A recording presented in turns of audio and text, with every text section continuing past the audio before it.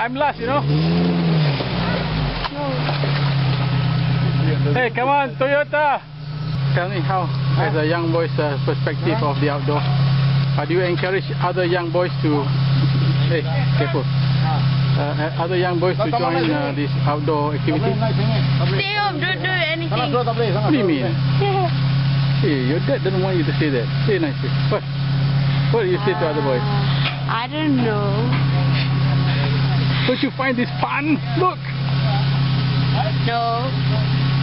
This is for the Land Rover lovers, especially Adnan LR. Let's see whether the Land Rover can make it by himself. Oh yes!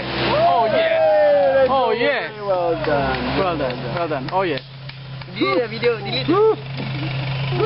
What did you say? Delete it? Delete the video.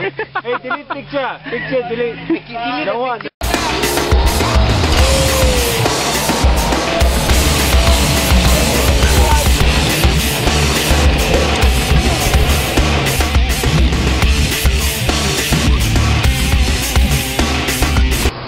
This one driver problem. Hey, come on, I follow your instructions. That's the problem when people don't follow instruction. I followed exactly your No, you instructions. didn't. I should have gone. You did not. Dennis, need to release a bit. Okay, enough. Okay, a bit more momentum. Come. Momentum.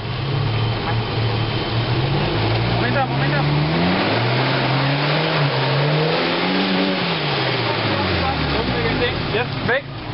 Very nice and easy to pull you. Yeah, don't spoil the car. Okay. Get a picture of your... Wait. Okay, do another release. Move it. Alright. Wait, let me... Oh, cameraman posing ah? Okay, hold on. One more time. Up. Reverse. Don't say. Don't be sure, wait.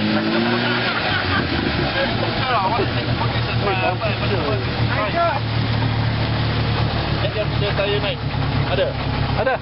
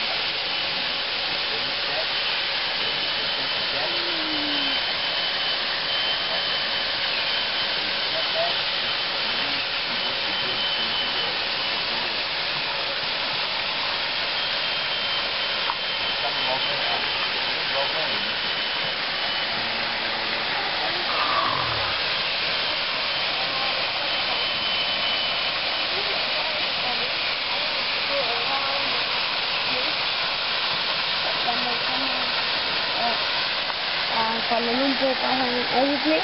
And here I go. Morning. Morning. You're up so early? Yeah, Cannot sleep yeah, I know. due to the sound of jungle. You go like that, right? You will do it next. No, the lion. What? The lion. The lion was wrong.